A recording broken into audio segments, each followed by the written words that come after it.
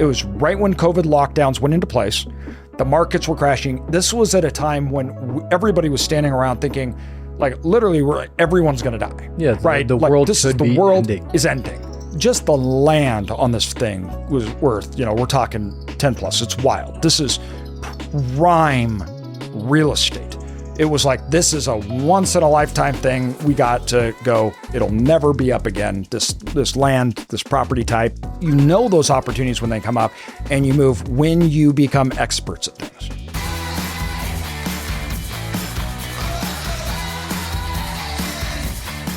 Welcome everybody to Self-Storage Income.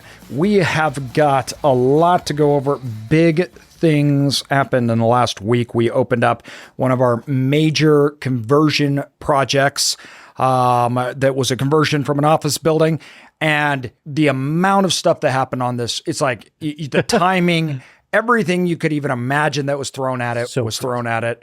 We're going to go over all of that, and we're excited that this thing is open. We're filling it up, and that it's great. We had a grand opening, and that was awesome. But we're going to talk about just everything that not went wrong, just bad timing and all the hurdles, man. Everything that could have happened. Yeah. So we're going to go through that and how you pivot and what not only we learned from it, but how we set it up to where that didn't end it, didn't stop it. We were okay, and still an incredible project, and it actually didn't affect it. So we'll go through that. Before we jump into that, though, we've got some announcements, don't we, Connor? We've got some pretty rad announcements, man. One of the big ones, Spotify. See all these fancy guys out there got their podcast on Spotify with the video situation. We've got it, man. We've got the video of the podcast on Spotify. Very exciting. It could be happening right now. I don't know. For all we know, looking at us on Spotify. So that's really exciting. And the AJ Osborne podcast is now on our YouTube channel and in all places where you listen to podcasts. So super exciting. So wherever you listen to Self-Storage Income, you can also listen to AJ himself. Right. Do you want to give people a little rundown on what that's about? Yeah. So the AJ Osborne podcast, it's a throwback. It's kind of funny because the AJ Osborne podcast, it was always something that I did just for me. Like, that sounds strange, but it was something that I did because it was like, hey, I want to talk about these things that are going on in the business, the issues. And we've really gotten back to that, where we're talking more about things that are really important that are going on. And that may be struggles that we're facing. The last one that we did that just announced, it was a full rundown of like our businesses. I'm like, all right, I'm going to go into the financial part, what we're seeing, where we're at, financial hurdles that we're having, how my businesses are doing, what ones are doing good, what ones are doing bad, and how that financially looks. And so it's more of I don't want to say a diary format because I do interviews, I interview people, but it's about me, guys. It's not about you. It's about what I want to talk about. Give AJ what he wants. That's right. And the people that I want to interview and talk to. And I usually have very specific reasons because it's something I'm trying to learn about for my business. And it had a lot to do with the hurdles and things going on within our companies that are pressing, the things that are happening in the economy that we're seeing. So it tends to be very relevant and more insight and feedback to how we are seeing the landscape. We'll get into other businesses that we have, businesses that I've acquired, and talk about things that we just don't hit on here because we only talk about storage here. So that's, you can go check that out. Heck yeah. Looking forward to that, man. That's going to be exciting. And then also, we need you guys to stick around to the end because we are going to be doing this Q&A situation where we provide answers to some of the questions that you guys have for us. So you can send those questions to info@selfstorageincome.com. You can put them in the comments section on YouTube, whatever that is. And you just might hear your question here on the podcast, and we can help answer that for you. So stick around. We're excited to answer some questions. It looks like we got a question today that we're going to cover here at the end of the podcast. So stick around, and we will dive into it, give you all the good, juicy details. That's right. Let's break into it. Well, let's break into it, man. I mean, where to begin, huh? Well, we'll give you an overlay of this project in it, time frame wise, and everything that had happened during this project. So this project, we went through, first of all, it was going the company that owned it was going through bankruptcy. The markets were collapsing at the time.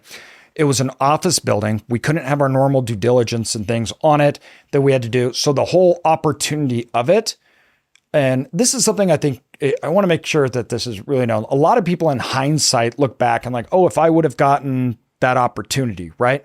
We get the opportunities though, because nobody wants them. Mm-hmm. It's not because we magically found them. Yeah, you create them. We create them. Nobody wanted to touch them. It only looks like, oh, wow, that was a great opportunity. You got lucky or whatever afterward. That's not how that works. Nobody wanted it. It was during scary times. It was right when COVID lockdowns went into place. The markets were crashing. This was at a time when everybody was standing around thinking, like, literally, everyone's going to die. Yeah, right. The like, world this could is, the be world ending. is ending. This was we knew very little at the time, and nobody knew what was really happening. Everybody across the board, markets were freezing up. The debt markets were. So the CMBS market was actually starting to shut down. So this was looking like economic collapse, and that's how we got into this deal, first of all. So we'll just start there. Kicked off spicy, dude. Yep. So we started that way. But as we went through the deal, we're talking COVID, then we're talking inflation, interest rates, right? And now we're opening up in the middle of the elections. So the amount that has taken place while we've been trying to open up this thing was incredible. Now, the trickle-down effect of this is ginormous because when lockdowns happened, the government changed the way it worked. We couldn't go into the building department anymore. We couldn't go into, the development department and talk with the city, everything else. Nobody was there. Nobody was there. Yeah. And at the time, it was something astronomical, the amount of developments and permits that were going in per person in those departments, because we were also in Idaho that was booming. So everybody from all these other states like California, Oregon, Washington, the East Coast that were doing extreme lockdowns, they were flooding to Idaho. So builders were trying to build to keep up with it at mass. So all of a sudden you had government agencies that were working from home and they were not even allowing people to come in. They weren't working efficiently. Things were breaking down. Yet the amount of permits, developments, everything going through it had exploded. So it's seized, right? Like the whole flow, everything else like that. I think they had a lot of people quitting too. I think there's around that same time frame. I think the planning and approval divisions at the city. I mean, you're talking just a few people to be reviewing thousands of applications and these different things that was going on. And yeah, it sounded like it was quite the ride. So this environment that we're in the middle of doing a development and a conversion project, this landscape was changing all the time for us. This is the same time that storage went from being 96% occupancy and everybody was doubling rates to all of a sudden the opposite, where occupancy and rates are falling. Both of those things happened during this time we were building. Yeah. Wild. Just 4 years too, like from 2020 to now, 2024 now. Yep. And just 4 years experiencing almost like what a whole cycle might look like. Yeah, it really was. It was like both ends of it. Like, just absolutely wild. And then, of course, we open it up in the high interest rate environment. Now, people, I think the first question is like, okay, how did that affect and what did that do? First of all, we made big changes through this process. We adapted with the environment. We changed layouts, we changed construction materials, but we did catch highs, the inflation, everything else. So the building cost wasn't cheap. Now, we were smart though, because we offset the vast majority of that because we bought it right. If we would have had to buy this, not steal it like we did essentially, because it was at basically just what the debt was. I was going to say, I'd love for you to dive into how you did that, because I think that it's a huge piece of gold I think everybody should hear. Yes. This property is 5 acres on essentially the last exit into a downtown area. The reason why it was gold for us was you do have the price, but also the building had a space in it where they had to put inside the building a printing press. So it had the right permits and qualifications to allow storage to be in it, meaning it was already zoned and permitted. They couldn't say no to us because that was the usage. The usage was meant for that because that's how it's broken up in the code, that this usage that you need to get a printing press in it is the same usage that you allow for storage. So that meant we could build inside and the city couldn't say no. They didn't like that at all. Well, it's really cool because we just used that envelope of the building and actually built a structure within, built a storage within the structure. Yes. So you have these seismic gaps throughout the building that it's literally a storage facility built inside of a building. It's really cool. It's really freaking cool, man, how they were able to put that together. It is really important to understand this is massive. Like this building is, you will be lost completely in it. It's wild. It's, over 1,000 unit doors. So this is really big, and office space on the top and a separate parcel that has, RV storage. So this is very, very big, complicated. So when we bought it, we got the thing for 4.5, something right around there. This 5 acres on the exit, right? Unreal. Just the land on this thing was worth, we're talking 10 plus. It's wild. This is prime real estate. Side street, the works, right? Very developed area. The people that were wanting to buy it were going to scrape the buildings completely. They didn't even want them, and they were going to pay $8 to $12 million to get rid of it all just for the dirt so they could build up. And when we bought it, it just happened to be right in that period of time when everybody was flipping out. So we got it for like 4.5. That gave us a lot of room. And that's why we felt confident, even with all the unknowns, to move into it and say, this doesn't have to be priced to perfection. Even with all the unforeseen changes, we're talking, this thing is millions under what it would have cost us to do if we just bought the land. And two, we would have never been approved for it, ever. It would have never been allowed. So that allowed the opportunity to be worth it, right? That made it really, really worth it. Technology is the name of the game, and how you operate your facility and the efficiency at which you can operate will depend on the technology you use. Your property management system, what it allows you to do, and what you have access will determine the outcome of how that facility performs. That's why we go with Tenant Inc. with their product Hummingbird, because they are the best in class when dealing with automation, when dealing with move-ins, customer acquisition process, improving my online acquisition process. They are bar none the best. So if you are looking to automate your facility or operate it in a best in class way, make sure you guys are looking at Tenant Inc. and their product Hummingbird. The link is in the description. When we look at, we'd already done conversions. We knew this market very well. It's a market where we live and we operate storage facilities. So when we were doing it, we were looking at our facilities, changing up the units based upon demand that we were seeing, looking at what we needed to build, how we needed to build it, the whole way along. We were looking at the changes in occupancy and rates, and we could see what was good and bad. That actually ends up helping you out. We have the same thing on our surprise development, that markets actually changed, and we were able to redo our entire layout and build out of the facility, which actually increased our rent per square foot, even though rates had dropped, because we were able to optimize it. So that turns out to be very, very beneficial. Now, the overall landscape that going into it, it's better to be opening now than it was a year and a half ago, because markets have already stabilized, right? And they're recovering. And now we're moving into the recovery as opposed to opening at the top and going into the contraction. So although it was hard, we did things right to make sure that this would be an incredible venture, which it is. It's probably going to be one of the best deals in our history of our company. Oh, massive value. Because we got the basis that we got in it is, it's not replaceable. So that's awesome. That's great to see. The time though, that it took was, it should have been 3 years. It was 4.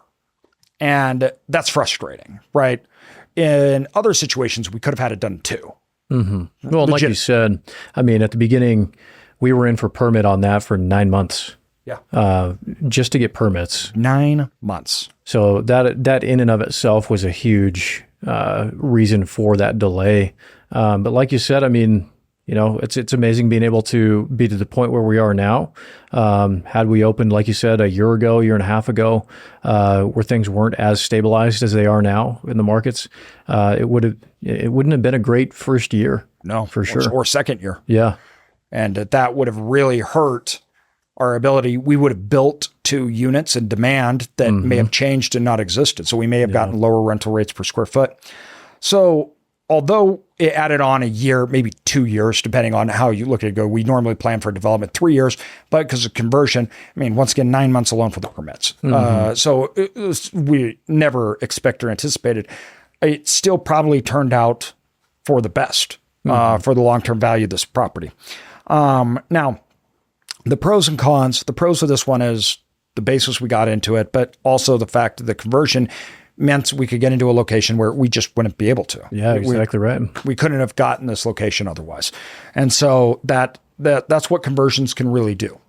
Conversions can allow you to get into locations in cities that you couldn't. There's no land to. The land's unaffordable, or you couldn't get the permits. That was the mixture of things which made this such a unique thing. We had to execute on it. It was like, this is a once in a lifetime thing. We got to go. It'll never be up again. This land, this property type. I think those opportunities when they come up, and you move when you become experts at things. I was going to say, man, like, especially going in on conversions, one of the cons is really not knowing. Yeah. Like having a really hard time underwriting what the build out is going to look like, because there's so many unknowns. I mean, we had different floor heights and different things going on, and all those different dynamics happening. You've really got to have a fantastic architect, a great builder who knows what they're talking about. One of the individuals that we used to build this Forge Building Company, won't be shy about them at all. I mean, they went in there. I mean, first time looking at engineered drawings, when we sat down with them, they looked at it for 2 seconds and said, "Hey, you don't want to use these materials. It's going to cost you however many hundreds of thousands, and difference." Yeah.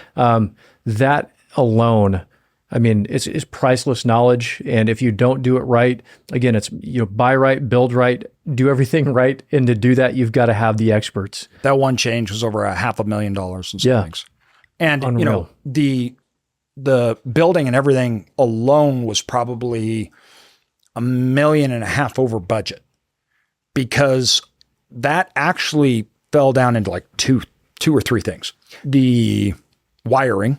So we had to redo the water for fire, the pipes. Yep. They wanted bigger. So we had to redo all of that. And the wiring that we were going to use for lighting, electricity, that was supposed to work, didn't end up being a lot to work. We had to change that. Those two things alone were $800,000. Yeah. Just that. Yeah. And then we had the HVACs. There's a little more work on that we needed. And then all sort of little things went up. Now we had savings though from a lot of things we did. So we were over budget, probably around 800,000, I think maybe it was for 18 million or something like that. We're totally happy with it and where it came out, because in the conversions, that's the risk you run. This is a really big building. This isn't like our Kmart that was a empty box. This is a combination of essentially 4 or 5 separate buildings that were put together, built over different periods of time since the 70s. We're talking office, shipping, printing press parts of the building. There's all these different utilizations of the building. So how they built it was even different. So this is very complex. Multiple floors. We have 3 floors in it.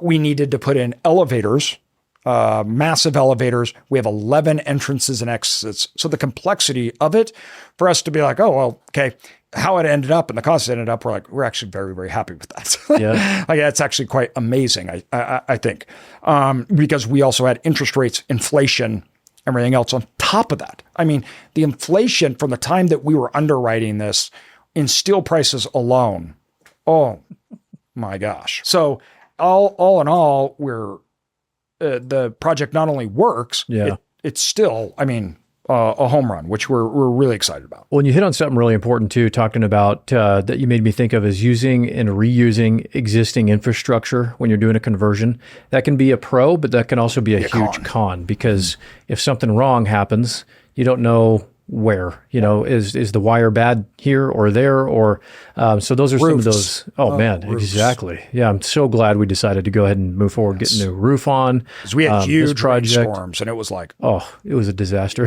Bad. So yeah, it was good. So something to keep in mind as well. You can look at those cost savings and say, hey, I'm going to use and reuse these existing, electrical systems or HVAC or whatever it is. But if you really truly want warranties, peace of mind, all the value that comes along with those things, obviously putting in new infrastructure a lot of times can actually be a savings. Yeah, our appraisal came in $2 million over. So over what the original appraisal was. Yeah. So upon completion, the appraisal was way over what we thought it would be. So that's awesome. We walked immediately into a great position. Now, we've kind of gone through a lot of the issues, the headaches, why it's worth it. We've talked about the pricing, overall development cost, timeframes, the things that slowed it down. Getting the steel was a huge problem. We went with high tech. We went touchless, no key systems, lots of entrance and exits, which adds a layer of complexity. We also changed up the utilization of space where we have offices up on the top floor. Then we have bay areas for shipping, so we can actually provide a different use there. Now, those things and those changes take time. Every time you redo, it adds on time. But when we were dealing with COVID and inflation, that everything was exaggerated, obviously. Mm-hmm. So everything was just months later. And the thing about developing is you really don't know. And when we opened it up, the environment in which we opened up could not be more different than we had it under contract. We were at the highest rates and the highest occupancy ever seen, and rates were double-digit plus increase every year over year, wild increases. So then when we open it up in that new landscape, we have to underwrite it completely different. At that underwriting, we were still $2 million over on the appraisal, our original underwriting, where occupancies had dropped and rates had gone down. Through the optimization of the space, though, you can really work and make those kind of changes. Mm-hmm. And so that's really, really important. And you look at, when you build, you're building for something in the future. You got to make sure you're not building and all of a sudden in the future, you're already outdated or you've already missed the mark. The market has already changed. And we saw a lot of this. We see a lot of CO deals that are open and they are selling facilities there's a lot that said, big units are so popular. I'm just going to build big units or RV spaces. And they went and built big units and RV spaces. The market changed. Then there's no demand for it. Yeah. The revenue per square foot craters. Then you have problems with appraisal and it's a mess. So you have to be really careful in developments to build to what you think it will be. Mm-hmm. And you can't make those mistakes. But all in all, everybody, even with the challenges, everything else, the grand opening was incredible. It really was. Huge support. We had lots of people that came out. Our investors were amazing through the whole thing. There's things that we can't control. Mm-hmm. I can't control COVID. We cannot control that the city shut down, literally, right? But if you're doing it right and you're building for the long term and creating value, you can do it in a way to avoid the really big traps and avoid the ticking time bombs, so to speak. Mm-hmm. And so we're really happy with how it turned out. And this is going to be, we'll keep giving you guys updated, how we're filling up. I know we stabilized the RV space in under 6 months. Mm-hmm. And so we're excited. We missed a lot of the busy season. That's a big hit, but we'll get the next busy season, the end of this one. So we're really excited to see how much we'll fill up in the fall.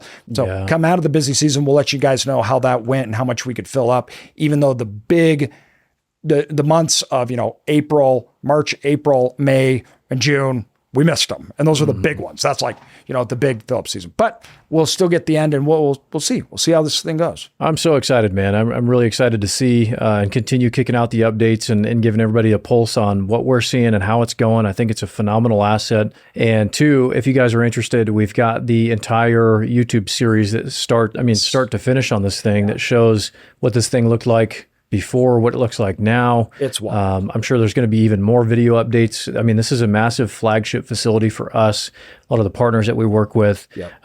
Incredible facility. And I know you talked numbers a little bit on construction cost. What are you thinking at stabilization this thing is going to be worth? I mean, 35. Yeah, I was thinking 30 something. 30 plus. That's what we're shooting for. So it's going to be legit. That is massive value creation for us, for investors. It's incredible. And that's one of the things I really, really like about development is that opportunity for equity and wealth creation. Yeah. And to be able to go in and have those ebbs and flows with the market and to build the need, right? To build to demand.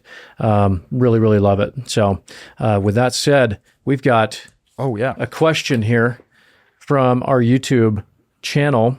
Keith. And it says, from Keith. Thanks a bunch, man. Keith, I don't know your last name, but I'm sure you're rad.